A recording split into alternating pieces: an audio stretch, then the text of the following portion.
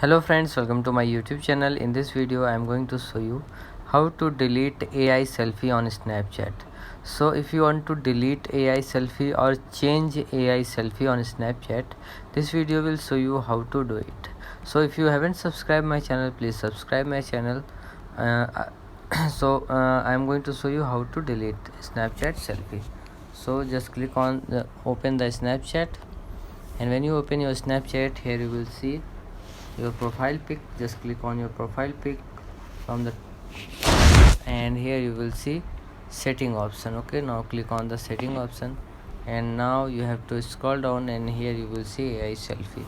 So now you can change AI selfie from here, and also you can delete.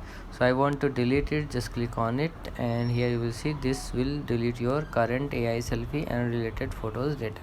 So now I have to clear it. So like this you can clear or delete AI selfie in Snapchat. So if you like this video, please like my video and also subscribe my channel for more videos like this. Thanks for watching.